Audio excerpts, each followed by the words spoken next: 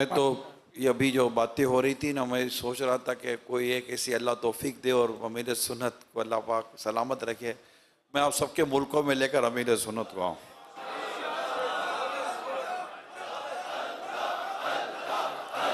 अमीर सुन्नत आपके यहाँ आके देखें कि मेरे बच्चे कितना दीन का काम कर रहे हैं।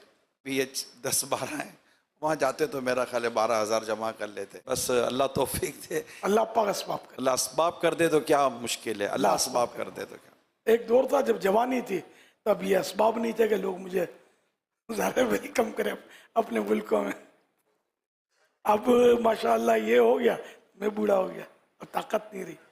ये इसमें भी इबरत है कि आप लोगों के पास जवानी है, ताकत है, हिम्मत है, आप दीन के लिए भागदौड़ करें। मैं नहीं कर सकता।